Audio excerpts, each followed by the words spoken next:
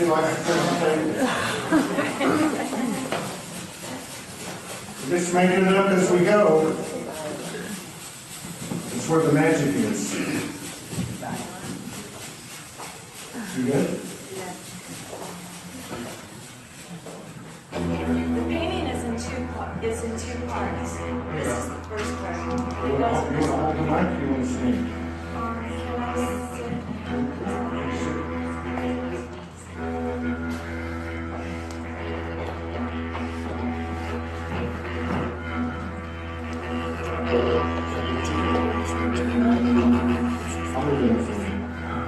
All right. Creation's child. Prepare yourself for the ultimate flight on the tail of a dragon. Fly through the dungeon into the light. Ancient secrets seeded. A leap of crimson rust. In light that casts shadows of distant memories. Breathe, I trust. Creation's child awakened to unveil her wings.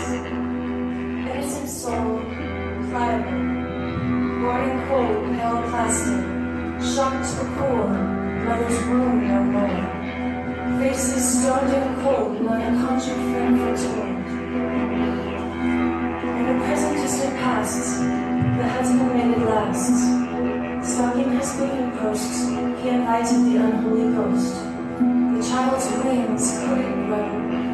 He clipped the sacrificial legs.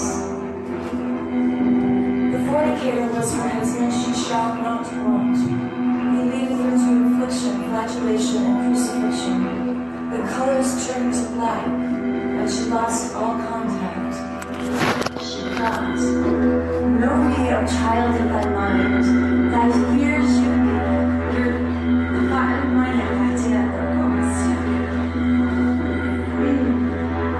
Know ye, O child of thy mind, thy change you feel are only thoughts, terrors of darkness that you were taught.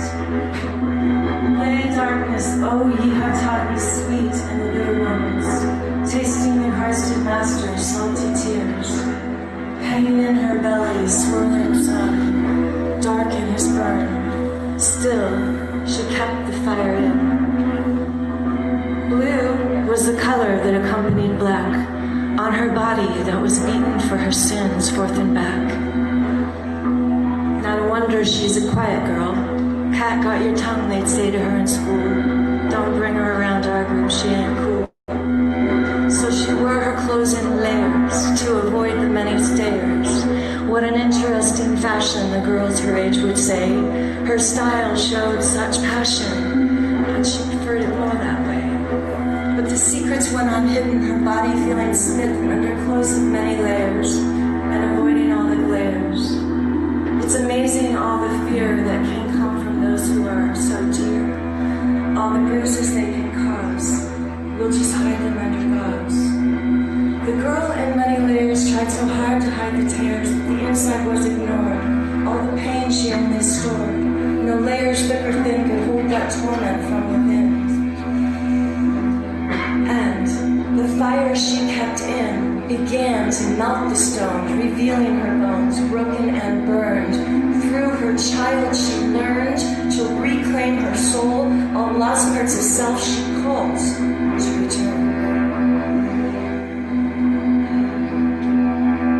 Still, she didn't want to be, but to die, she didn't want to be, but to die is to cower before the hour of resurrection and scorn her connection with the perfection she would sever. So she began speaking to the shadows of the past.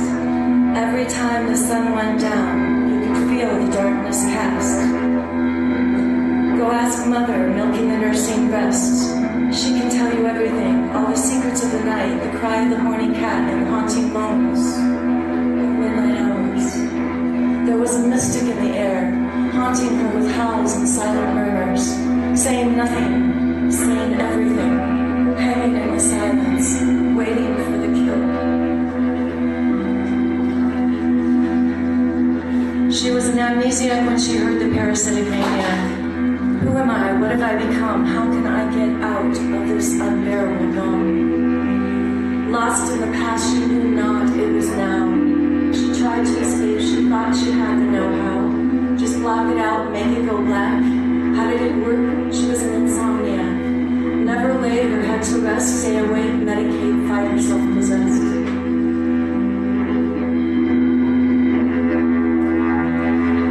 Feelings tainted, her senses painted. Every night, like a nightmare, ticking. When it was done and the hours passed, the fear was gone, she was free at last. At least until the next forecast. Through the ancient hour of despair, not a sleep nor a dream in the waking. Yet we're all dreamers one way or another. Some go on to dream and others follow their brother. The child went on to scream, obscene. No one listened to her cries, they only listened to his lies. In the heated perversion of truth, at a time she could not remember her youth, it was blood, red blood, on the altar of the dead, green eyes spread the hunger, was never fed. Pain, internalized, sunk into an unremembered relic, her senses hypnotized, color psychedelic. First she felt him near her breathing, down her neck, and she ran. Then she felt him near her sleeping in her dreams, and she ran. She thought he had just driven her mad, and she ran, and she ran, and she ran. Everyone's a dreamer.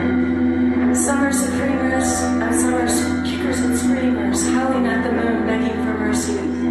Could we get it over soon? She's a gypsy, you see. In a world she couldn't feel free, had a rage, a giant rage. You can't keep a gypsy in a cage. A rage burning deep, need to find ways to somehow sleep. Or roam to find her heaven's home. She'd love to dance, given a chance. What if she left and never came back? Who would look after her? Her spirit is strong, it strives to survive. All that was talking, all of the lies. A tear, she cried, a question, a try. Could there be circles, not all squares, somewhere found in the roots of the stairs?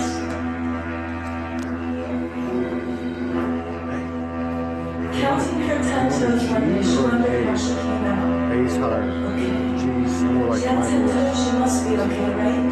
Like the roots of a tree made of glue. There's no getting over the I'm going to go up and do a spoken word, and then you can start playing the flute when I signal you. Then he's going to walk up and grab the mighty dark, hiding in the closet of her mind. She just needs some reaction, some interaction, some hippie action, some kind of soul action that we never choose to come over and grab the... Yeah, come over to the She does her best through intention to become the will to live, to open heart and share her gifts, share God's gifts to give. The water bird stands guard as the child's prayers unleash the chains of the thoughts of the darkness taught.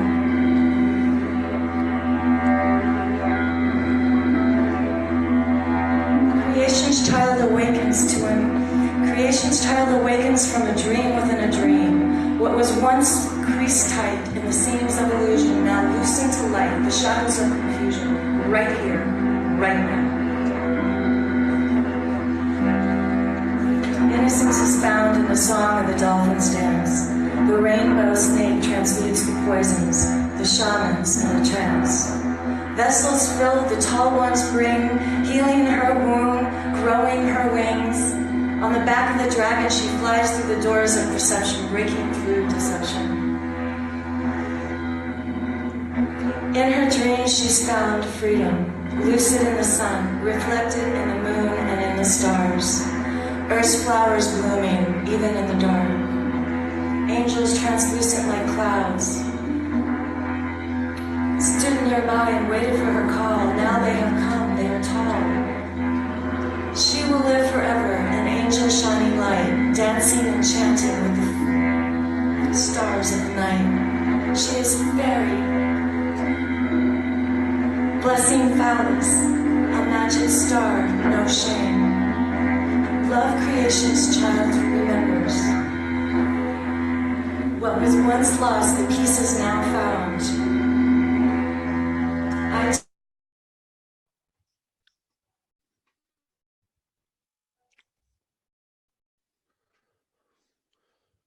How's it going, everybody? That was the beautiful Sherilyn, Rest in Power. We know there's no such thing as resting in peace because we never die. And she's with us. She's everywhere now. And just as we are. But she's working just as we're working. She's working from the other side. What we used to term as the other side of the veil. It's all the same thing now. We'll be seeing her again very soon with our physical eyes, along with anyone and everyone else who is transitioned, as they say. So I want to give a big shout out to Sherilyn for all the work she did for so many years, like so many people behind the scenes and in anonymity, basically. And it was very, very important and significant that Morgan and I stayed with her for a couple of weeks to further our journey and hers. So if you would just take a moment with me and send the highest healing, peace, love, and comfort to Sherilyn and all her family and friends. I'm going to bring on Henk Verhaeren, our brother. We've probably done more shows than anybody else on SOULSPEAKS 5D. It's always an interesting an important conversation with Henk and a little bit humorous. Let's see where he's at. So, hang on. You see me? Hang on, let me unmute you. Yeah, I see you. Great. What's going on, Henk? Everything is fine. How are you doing? Yeah, great. Yeah? Yeah, I was a bit confused with Yeah. all. I thought someone was talking to me in the intro and I hadn't done, but there's always the technical stuff in the beginning. So Well, that was from a soul gathering we had 4 weeks ago in Sedona, and that was our dear beloved sister Sherilyn, who we stayed with for a couple of weeks at her house, and she actually transitioned, I believe, on Saturday. She transitioned in the physical world.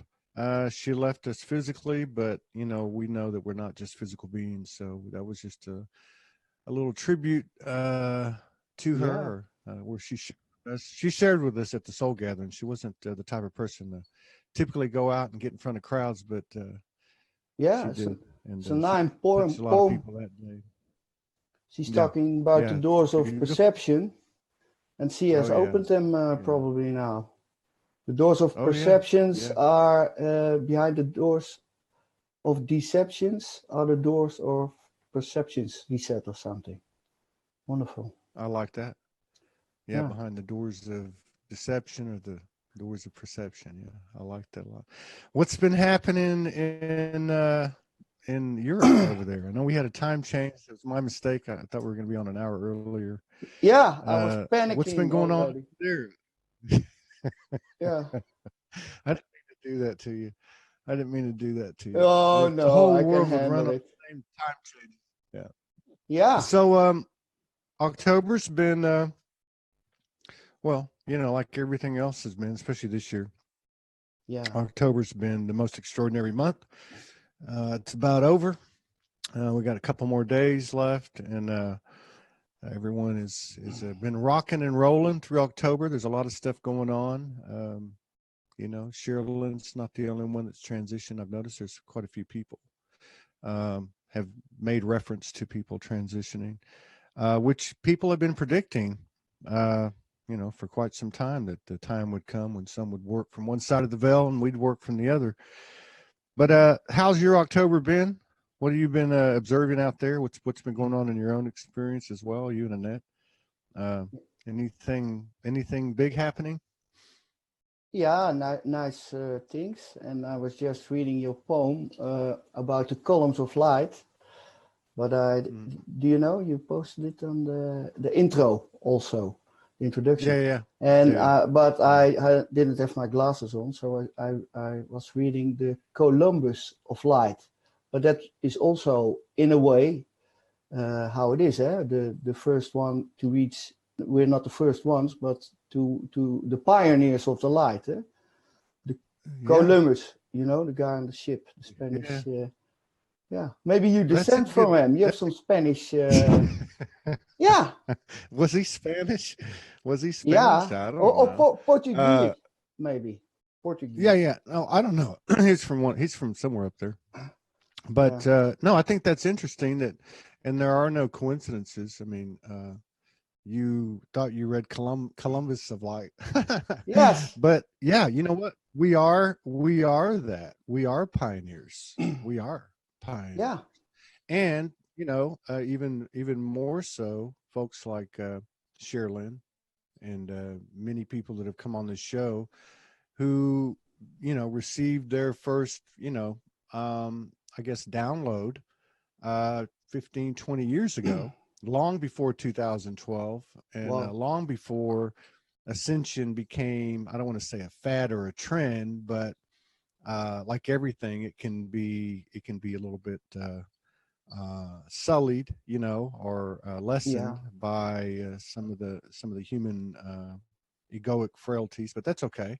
But I think the important point is that what you point out is that we are on the edge of the frontier. We are walking in a space that has not been walked in before, and that's very true. So everybody ought to give themselves a pat on the back because we all showed up. Yeah, you know, first and foremost. And it's a difficult journey sometimes to step in the unknown, and some have gone before us, and they couldn't explain what they have seen. Some of the mystic people 100 years ago, 1,000 years ago. And thanks to the internet, we can communicate and see that there are other people who speak or understand the same language, and that is very pleasant.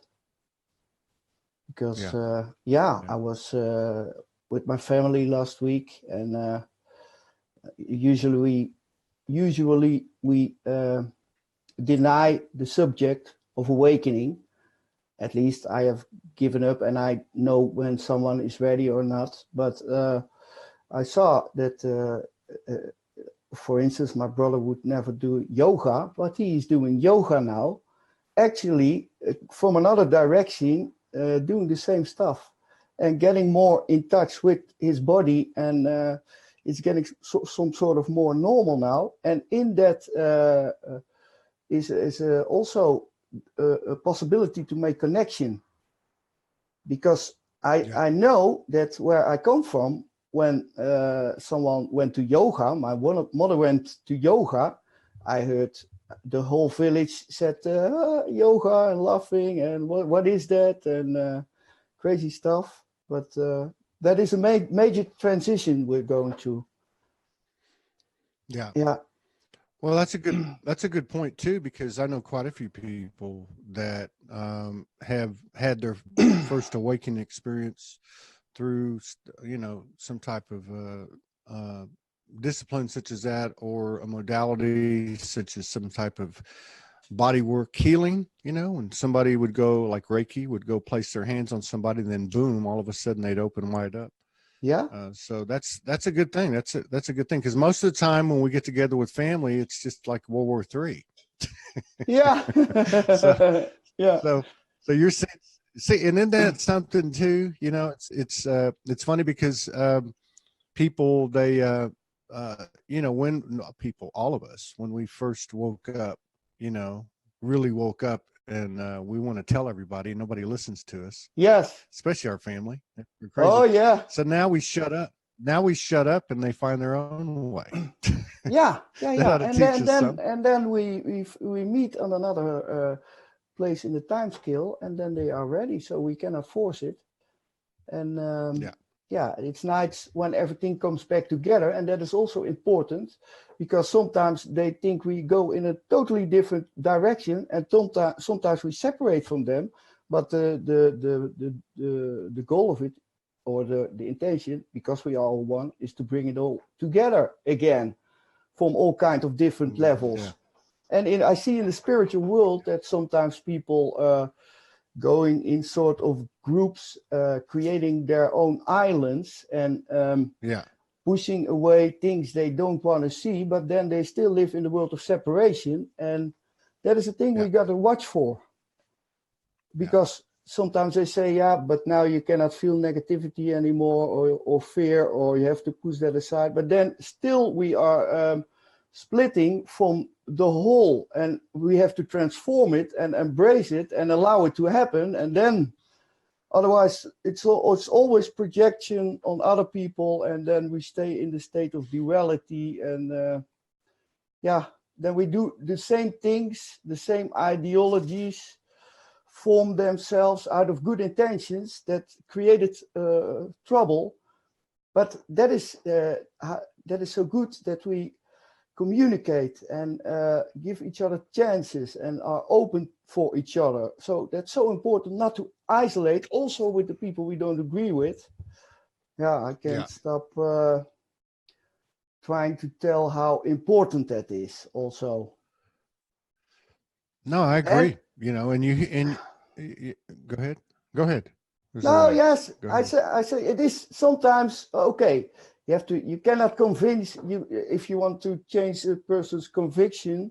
You have to change the whole person, and that is impossible, because especially when people have a strong ego, they are not aware of that. Feels like an attack for them, but it is a part of us all. And instead of pushing it away or running away from it or thinking that they do not understand it, a part of them understands it. And we just have to sow the seeds and keep on sowing. And I see now that it works. The moment you let it go, not always, but then something unexpected happens. And sometimes you see that a thing that you planted many years ago has started to grow and comes back. It all is going to different ways of evolution and growth and experiences, and we cannot push it. So and you bring up a good point too, is and I'm not putting myself in any category. I'm not excluding myself from any category that I might bring up. I'm just here to expand like everybody else.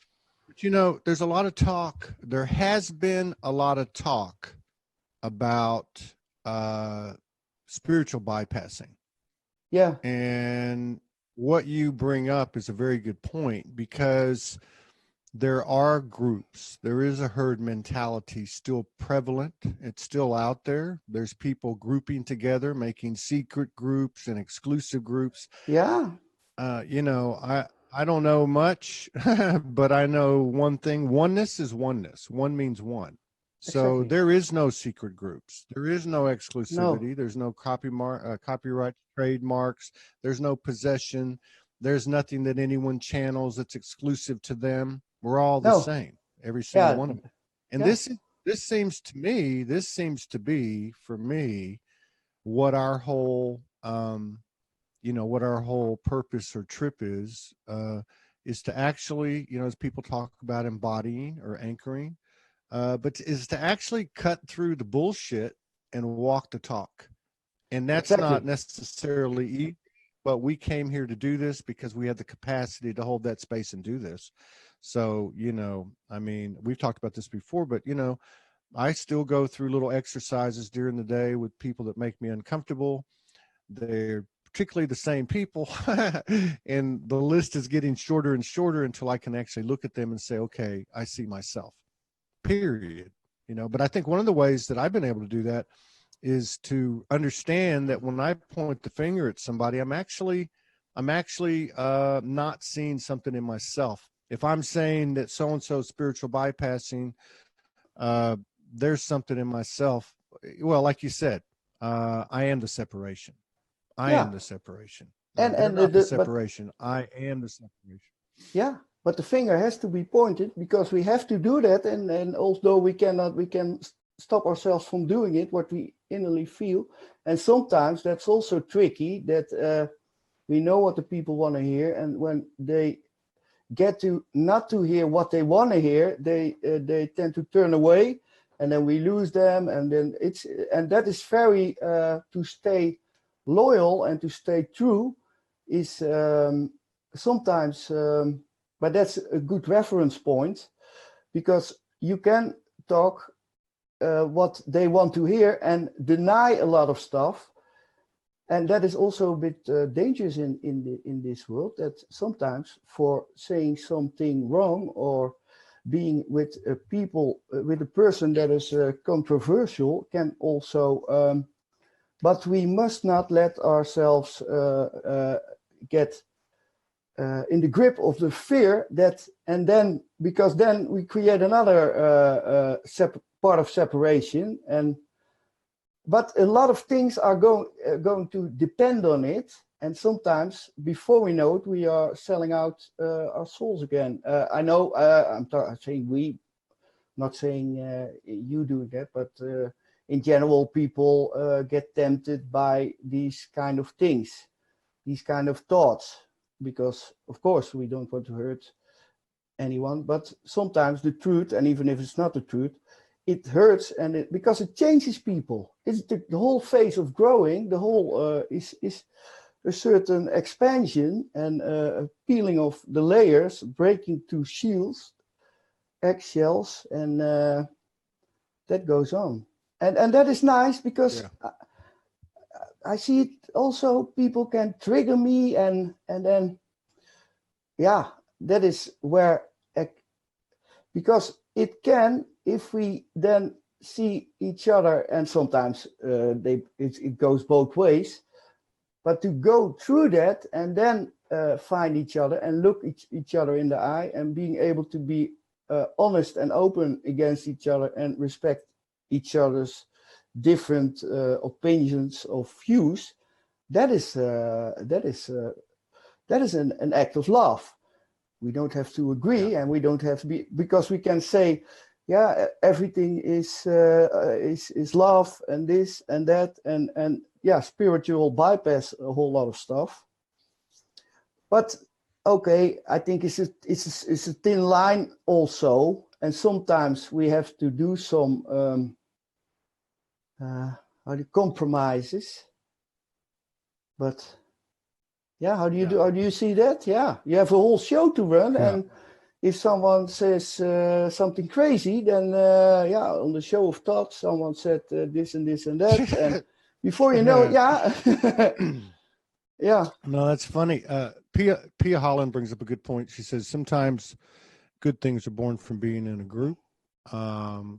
She said she's seen. Well, it's gone off my page now, but she said sometimes she's seen, good, bad, and I'm not saying that being in a group is a bad thing. Soulogy, by some people's perspectives, might be a group. It's to me, it's an energy. It's just a Soulogy, just another name for the energy that we all share, whatever. But, I mean, all I'm getting at is that when we start to create an exclusive vibration or exclusive energy or an exclusive frequency, exclusive group.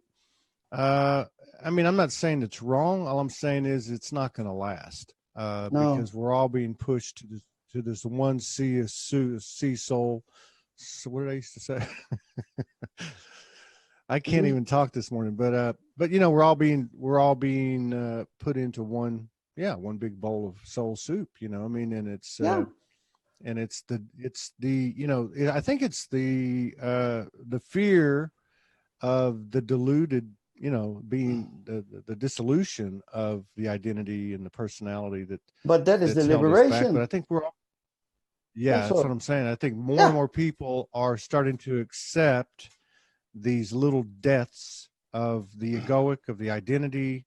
Part of the reason that I see that happening, or at least from my own estimation anyway, is that I'm not seeing as much spiritual bypassing. I'm not seeing as much separation in the statements that are made, and it's a good sign as we head into 2020, because now there's been quite a few people that have forecasted in their own way that in this last quarter of the year Yeah. that the old programming, the old projection movie is being discontinued, is being obsolete. The old operating system is obsolete, and that we're going to start running on a new energy now that we're in full control of, that we're not going to have a pushback from, from anything external, that we're actually going to create this heaven on earth, as we head into 2020, which is really a significant number. 2020 as in perfect eyesight, and 2020 just the number,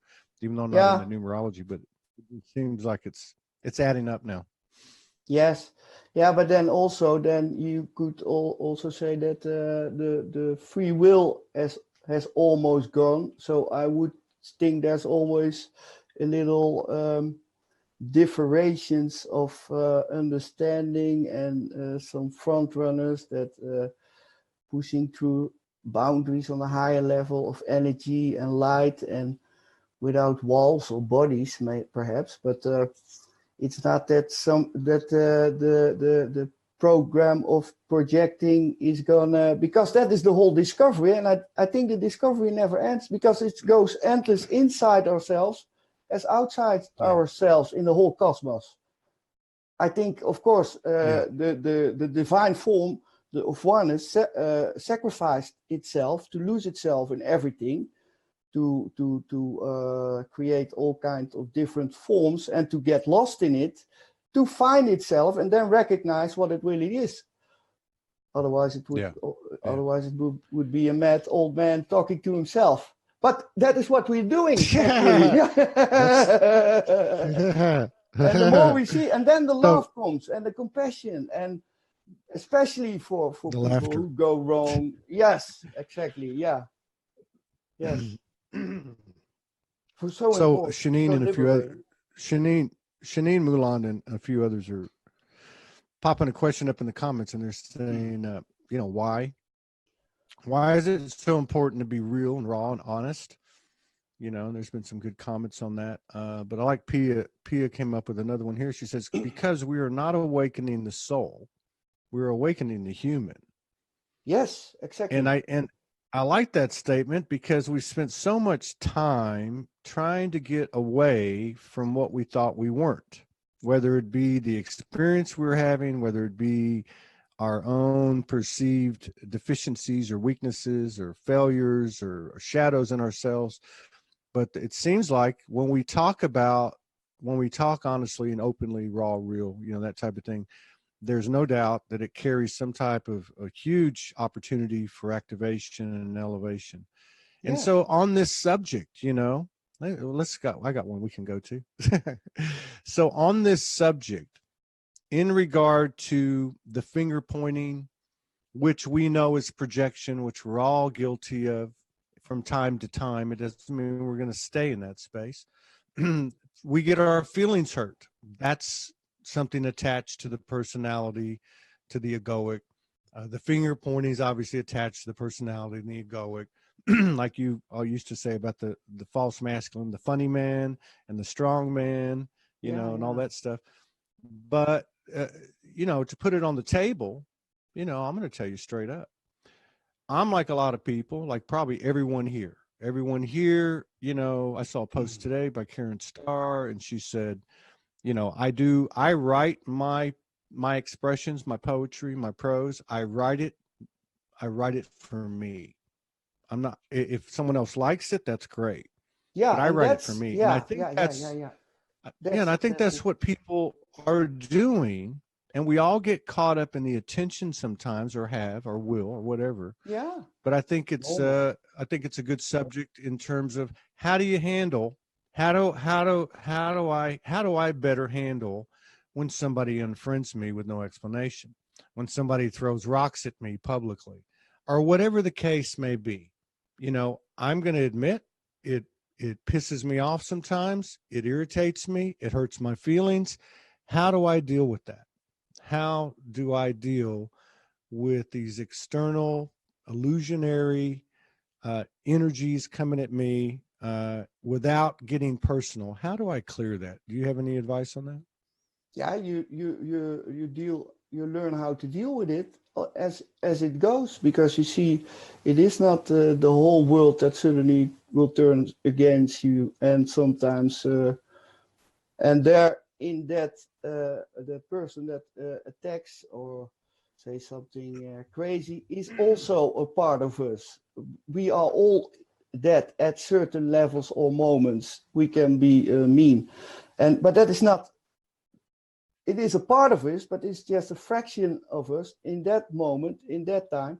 And when we recognize that, we can feel a compassion for the person, for that person or ourselves, and that creates the union, can create the union again, and stay open to it, because it doesn't really hurt. It's just we let it hurt ourselves, and if we don't cut ourselves off of it, then we will see that the person who is doing it is in a lot of more pain, because he has to project it outside and create a sort of a cover, and he's using someone, who he thinks or she thinks that can handle it. And like Karen says, that she's doing it for herself. The moment we start to write for something, we create an expectation and that they like it, but we cannot expect that because maybe they don't understand it. And it's just words, and we interpreted it on another, on different levels of understanding or different moods we're in. Sometimes something well intended can be come in as an insult. It's just also part of the paranoid mind or the hurt mind, and that's why it's important to stay communicating and to actually ask the person, well, what do you mean, or what's going on, or without making it too hard on yourself, because then sometimes you can that's why I've chosen not to say anything. There's a part of me that would like, there was a part of me that would like to say, hey, why did you do that? You know, did I miss something? You know, but there's another part of me that doesn't trust me enough to say, what the fuck is your problem, man? You know, because I don't want to sound, and then the other thing is, like you said, because it's so hard not to get into comparisons. If we listen to the way we speak, we're actually creating separation a lot of the times when we're explaining something like this, like they did this, like, even if you don't say it, I would never do that. You know what I mean? So there's that's kind of tricky, but the thing is, like you said, the bottom line is, if you know that it's coming from a wounded part of themselves, then maybe that should be enough. And you bless that, you acknowledge that, you ask to see that in yourself that you can't see, and you move on and don't say anything. I don't know. Yeah, that's right, because then you can create more negative energy because you're feeding it in, and you're perhaps tracking it, but sometimes also just saying the truth of how it feels, or being rude back can also be a sense that they are being taken serious. It's just like when you are angry at someone and the story builds up in your head, and then at a certain moment you meet them, and it's not the monster that you thought it was in your head, and suddenly you're talking friendly because it's from a whole new perspective, a whole new moment in time. It is a whole story created around an experience in the past, and everything is constantly transforming. And so when we label someone or something, then we're also dividing. And it's necessary to label and to name things, because everything is sort of a name tag, every word. But that's how we communicate. And in this body, I think it's also the intensity as also something very beautiful in it, in the pain, in the testing and the feeling, and because I see it more as it's just how you deal with it, what makes it, and what you let coming in, how it affects you. Because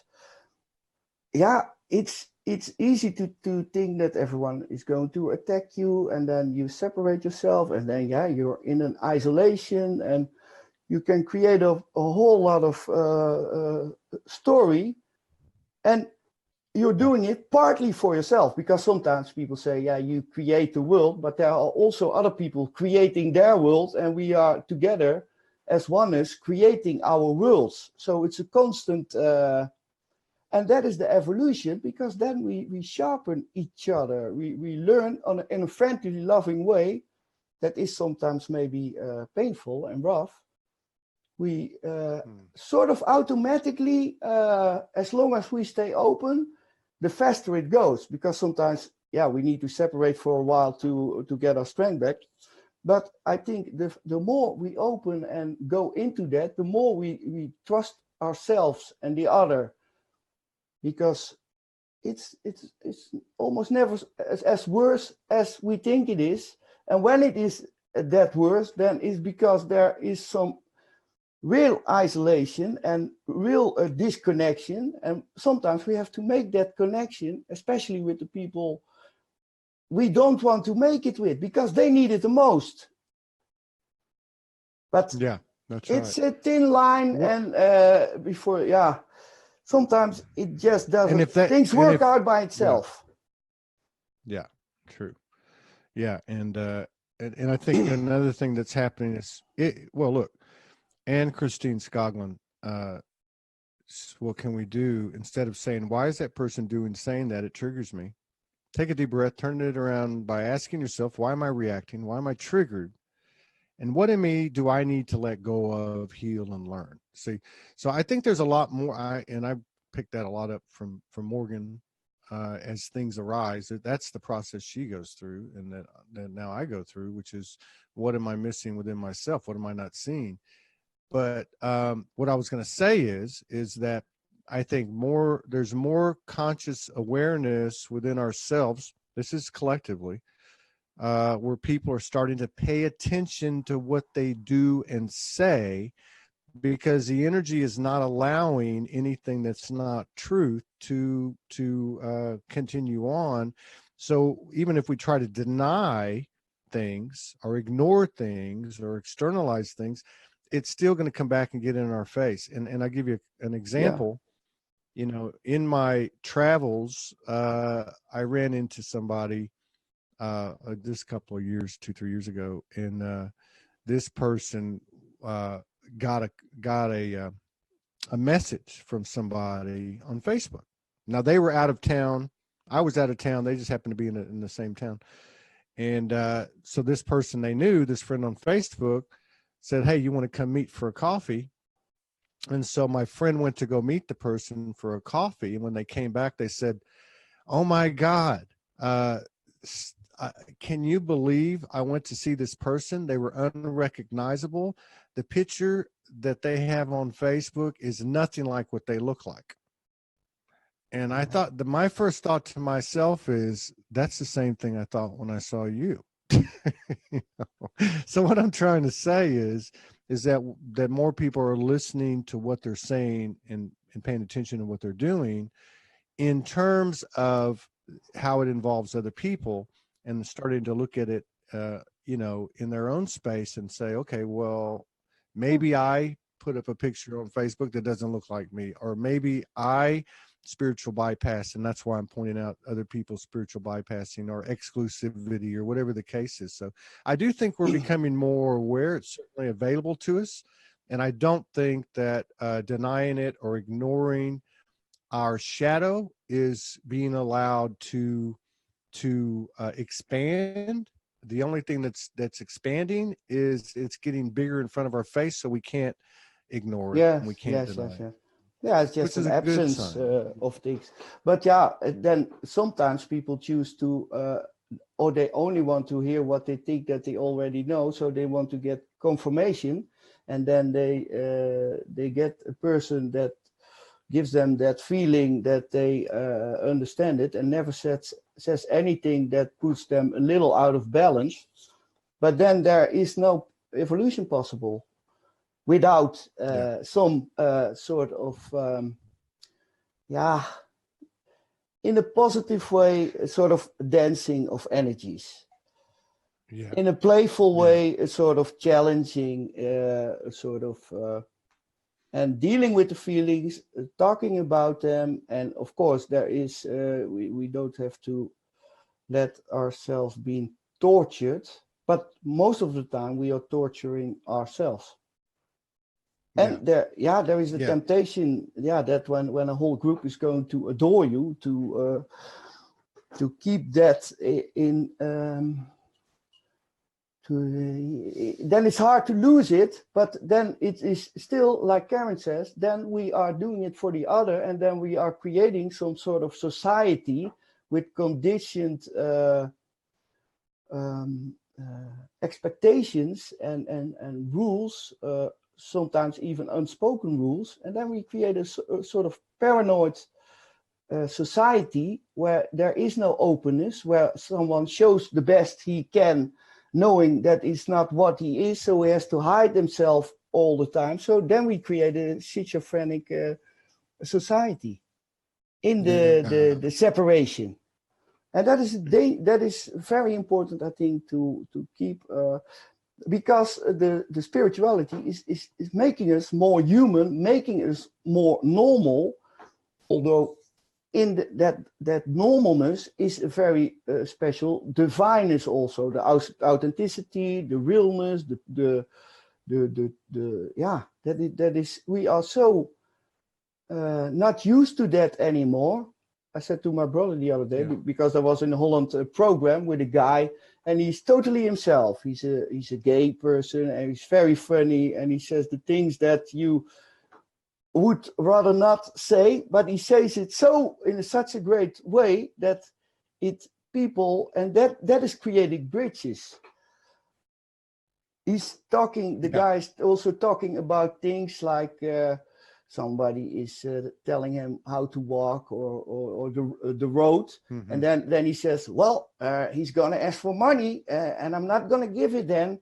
But normally we would not say that on camera with when we are filmed, because we want to show our best part. But inside ourselves, there is also sometimes a thought like that going on, and when we share it, it relieves it, and we see that it's not as shameful or bad or dark, or that we are not so crazy as we think we are, because it's in everyone. And that's why it's also so dangerous, that people that deny their anger, it goes away by talking about it, by not penting it up, and by saying what you, so the contact is getting more open, so it stops us from exploding and feeling contracted and isolating ourselves. So we get more vulnerable. The more we open up, the more pure we become. The more vulnerable, the more stronger we get. And that's also not a paradoxical thing in it. So, and then you say, you're doing it for yourself because you are love, and you are an infinite source of love, and that gives itself to the world, and it keeps on coming. And what can happen to, they can kill us, we can die, so what? We are living the fullest as we are, totally, and we don't know, we live in the don't know moment, because we constantly are born into the new moment, and that is wonderful, and that is why we can enjoy everything so well, because we don't are guided by the thoughts from the past, or the expectations of the fears of the experiences. Is every time totally new. And if we can, then we are living like pure consciousness.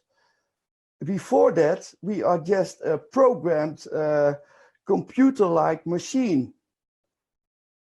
And I think the both of the worlds, the human world, they are merging, and they don't have to separate, because there's also good things in machines. There's also good things in those intense feelings, but they transform themselves.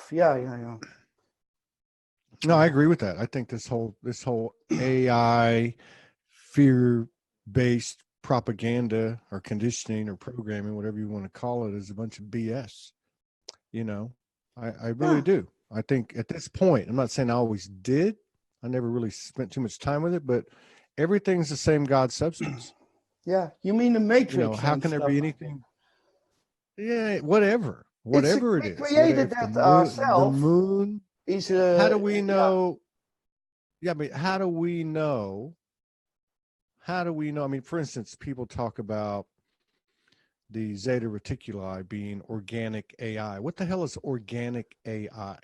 Everything is the same substance. Every single thing's the same substance. Probably the only thing that in my mind that you could say, and it's not even accurate, it's not the same substance, would be you know, the history or the reality that people talk about, which goes back to the Dead Sea Scrolls or beyond it, in regard to the fourth dimension, the archonic influence, where they didn't create things, they could only distort the image of, so to speak. They could only distort things. And even then, that energy of distortion is simply another form of the only energy that there is. And I think a big part of what we've done and will continue to do and expand is to transform that energy, you know, into whatever we want, you know, which is really where we're at now. And I think going back to what we said earlier about Karen, or what she was saying, is that it's actually furthered. The creation is furthered by the alignment of individual free will with divine will, which in a lot of cases, I think, is coming out through what we might call our purpose, our work, our mission, right? So, and again, doing it for myself is doing it in some cosmic way for the collective as well. Sure. As opposed to doing it for accolades or money or resources or material gifts or whatever the case is. Yeah, and then you're the Columbus, and then you're expressing your own individual talents as because otherwise you're just repeating what everyone else is doing, and maybe you're good at it, and maybe you get the result, but then you depend on how they do it. But if you are really totally naked and pure yourself, doing it for yourself, then it's always perfect, because then it's always the divine pushing itself forward as truth, as opening up, as unfolding in more complex layers of possibilities and existence. It's wonderful. And that is also nice with Karen, that she's starting to opening up and showing more, and it's all recognizable. It's all a nice facets of a diamond, maybe, of diamond of consciousness that she. And of course, there is some pain and life experience behind it. And of course, she's projecting it on man because, she had bad experience with man, but we have bad experience with woman. We have bad experience with ourselves. But that is nice to heal that. And she says we have to do that alone. Well, yes, but we'll be also doing it together, because we can do it alone, because we are all one. Yeah. The idea that we are alone. Maybe the idea that we are alone is the idea that we finally allow ourselves to love ourselves, and that we have enough for ourselves, and in that love creates more love to connect, to come from all alone to all one, to put a cliche. And and I think the other thing too that comes to mind is you know, and I've said it many times, I have the utmost respect for anybody who puts it out there, you know, whether I resonate with the person or what they're talking about or their style or whatever, doesn't matter.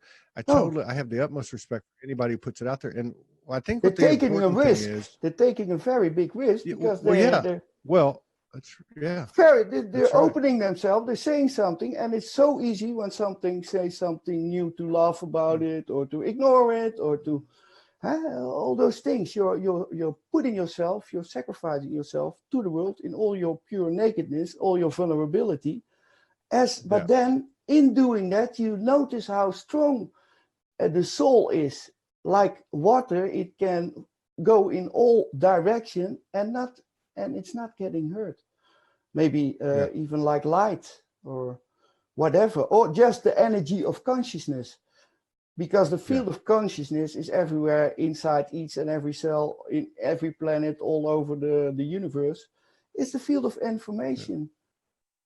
And that is wonderful. And I think, and I think the important thing is, for me anyway, from my standpoint anyway, is that whoever you are, whatever you're receiving, whatever you're feeling, you know, don't be afraid to put out a written expression or a live video or a video.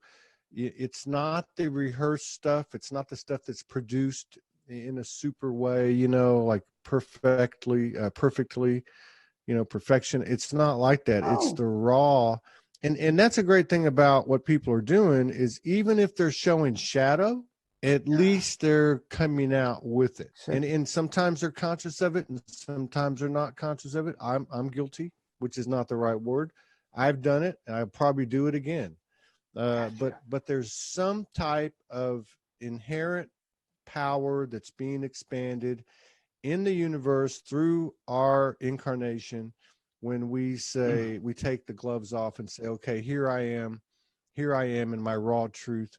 I may not be perfect and I may not be right or whatever, but I'm going to have the guts to just put it out there. And I think that's as powerful as anything we can do, because that is a proclamation, a declaration of love, you know, having enough love for yourself to say, you know what, I don't care what people think, and not in a bad way, just like, you know what, I'm doing this for me. And we had to, we have done that before. Yeah, we have to do that, go through that before, because then we can see what the other is going through, and we don't have a judgment, but we feel love, and maybe we could give them some room and space, and they feel connected, and then the transformation goes further, and the evolution, and the coming together to free each other, because it's Well, and you know, the thing is somebody said it earlier, separation is an activation. So, you know, you could look at it that way. You could go through each moment by moment, and either know that you're totally aligned and right, or you're not. And take it from that standpoint. Totally aligned and right, you can't hang into that, because a moment later it doesn't work anymore. It's always flexible and it's always growing, because it's living evolution. It's that's right. If you attach to it, you diminish it. Right? Yes. Put it out there and go to the next. Yeah, and the energies are so fragile that we cannot hold them, just like love and light and all those wonderful energies that we trade for material stuff, which are also important, but they are just the basis we built them on. But we're going to the higher frequencies. We because of the time change, I'm in a rush. We have another show that starts in 8 minutes, a very interesting show with a very interesting friend that we've not gotten to know before, named Ashley Lee. So we're going to start in 6 or 7 or 8 minutes. So I might be a couple minutes late. Okay, we'll have to get together again soon, Hank. Yeah, nice. You know, yeah, you know, 1,500 shows. We've probably done 30 or 40 together. I saw that. I've done more with you than anyone's. Wow. Yeah. So we got to get back on that. We got to get back on that and start working on a physical gathering. Yes, either in Europe or the United States, depending on which outlaw clears their problems first. Yeah, but we're gonna break the true boundaries, who are just imaginary. So nothing can stop us. That's right. Yes. Yeah. Looking forward to give you a real 3D embrace. That's right. Yeah. That's right. Telling it hi. Okay. Yeah, and lot, greetings to see you again soon. Morgan. Yeah, I wanted to hear how everything goes, but of course I see it also on the internet, and things are going as they go, and they're going good. Yeah, you're looking younger today. Is it with the light? Younger? You have some younger, You have studio lamps, because I was. I've No, I don't have any of that. I don't do anything. I don't do anything professionally. You were not the guy that friend was talking about. I need some assistance in that department. All right, Hank, I'll see you. Take care. Okay.